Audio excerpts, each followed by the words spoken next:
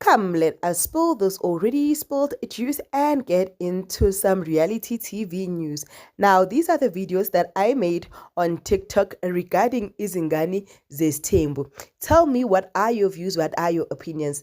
Ezinye, I'm a little bit behind, but you can never be too late for Umkosinyana. So please do like, share, and subscribe, and add your opinion while you edit.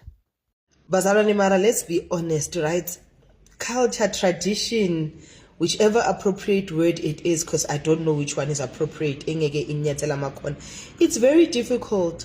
So for the poor child to change her surname, she has to go behind the back door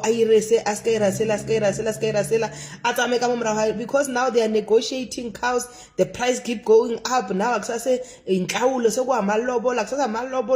like, why? Like, it's a lot for one person.